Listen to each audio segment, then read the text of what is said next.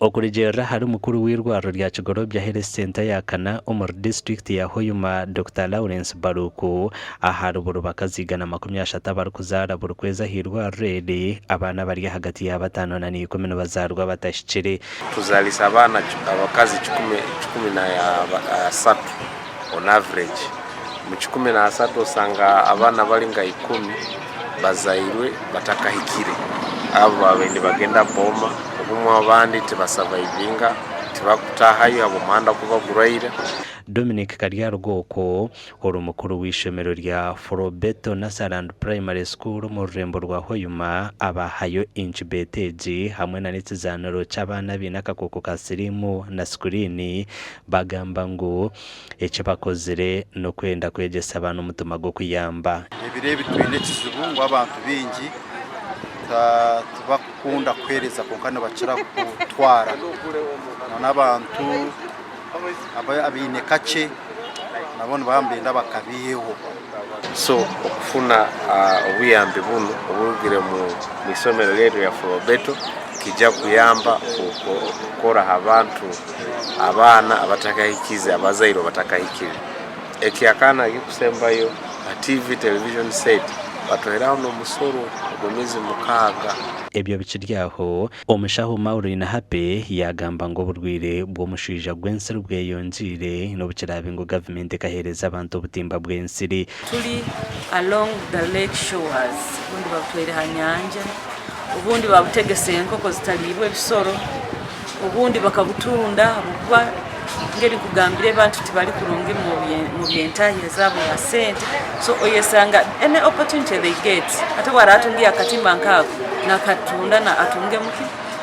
mu sente urubaro rw'ibyamagara n'urworeka ngo abana emitwaro 20 n'abazarwa batashize imyaka 9 gicerukuru jera hebiceka 31 harigana by'abana barukufana bazarwa umuri mitoma bahijirwe okwatanisa na Kazora Foundation okwetungura na no kutungura ibyanga byabo bakarugwa mu bworo ebigambirwa foundation ebirenehereza cement na tiles otireho na no kugabira abantente okuza kurisa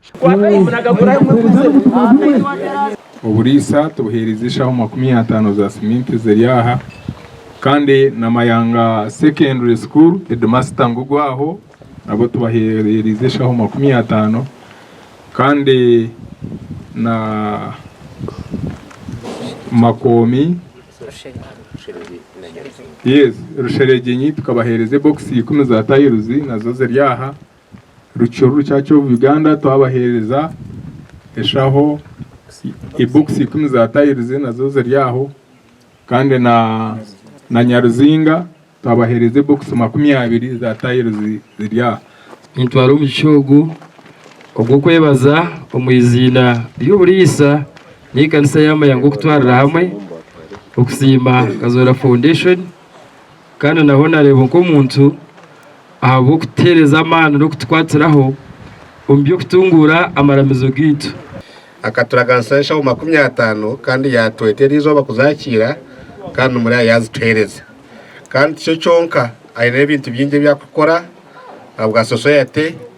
nashomesa mwabana amwashomero gitani mwabani 12 abakwatiraho kandi enteze zo areba tubiye twinente igana 20 twagabente mushanju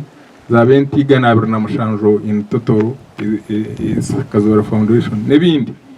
nyenda kutwara umusha gusimara hanga munonga ahabo mwama Kazora okumpereza itungo nesa ndehwire akatwereza siminti 20 zo kombeka staff quarters nitumwebaza munonga tine bugarikiro ogo ashabira abatoro kwatanisa tarwo muntu rugo mwiguru ngo arija araza kutunguro owanyu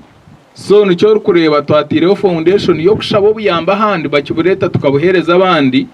kwenda ngo tutungure byaro byo witu na society yo witu abantu atombekera amashomero abana bakashoma that is achievement. Amakuru agagasha kwa Ambrose Nwagabakatoto na Sheikh Abdulatif.